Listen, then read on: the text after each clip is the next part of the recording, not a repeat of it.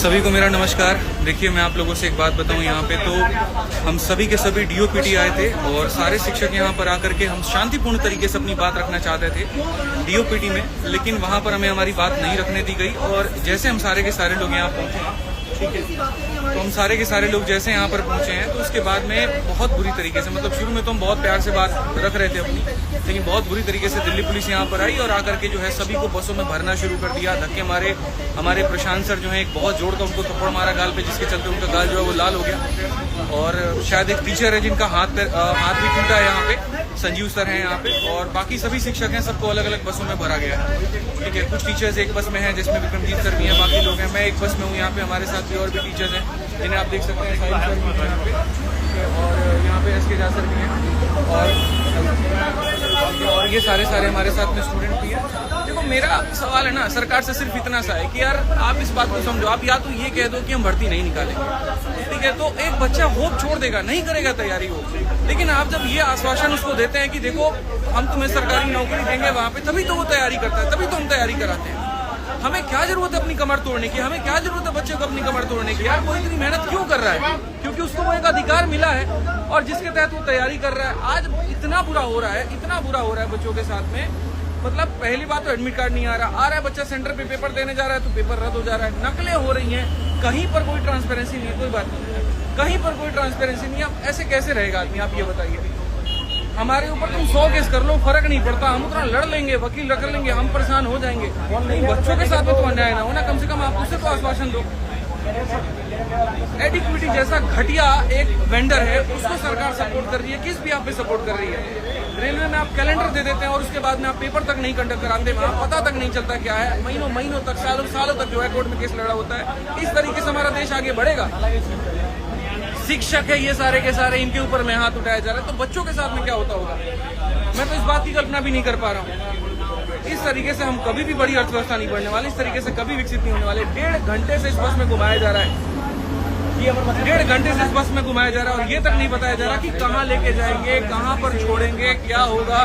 सारे शिक्षक परेशान के साथ में, बच्चे रो रहे हैं वहाँ पे बैठ कर, आप देख सकते हैं। सारे टीचर्स हैं यहाँ पे, नहीं करा सकते, दम नहीं है तुम्हारे अंदर में तो बंद कर दो, बंद कर दो, बात खत्म यहाँ पे कि हाँ भाई हम सरकारी भर्ती निकालेंगे नहीं। ये तानाशाह सरकार ऐसे काम कर रही है ना, इसका खत्म होना बहुत जरूरी है। एक तानाशाही कर रहे हैं टीचर्स पर, पूरा तानाशाही है। अरे सर, चाइना की तरह तानाशाही करके देश को विकसित भी कर दे तो दुख नहीं होगा।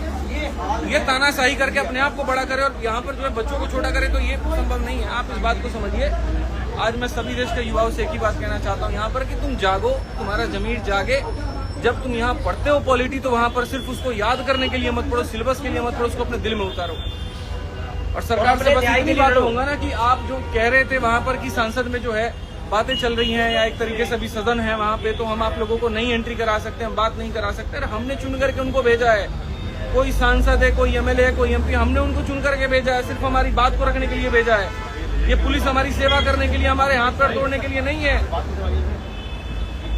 दिल बहुत दुखी होता है। और किस तरीके से हम कहें कि हम इस भारत देश में रहते हैं,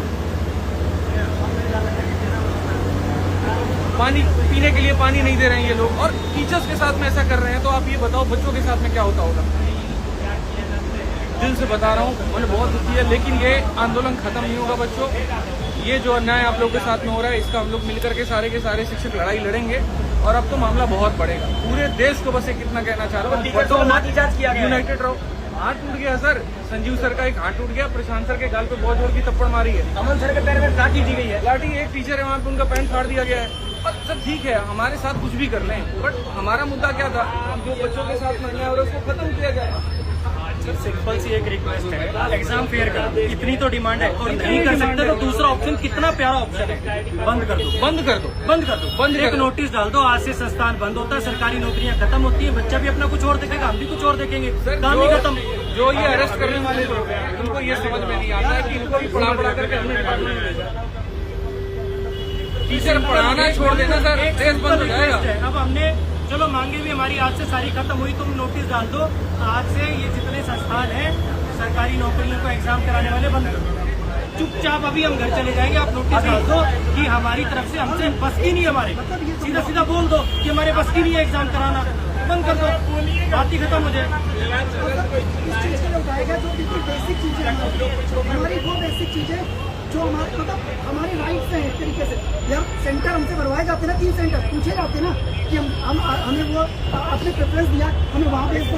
कितने दुखड़े रोए सर, सेंटर पास नहीं आता, वहाँ पहुंचो एडमिट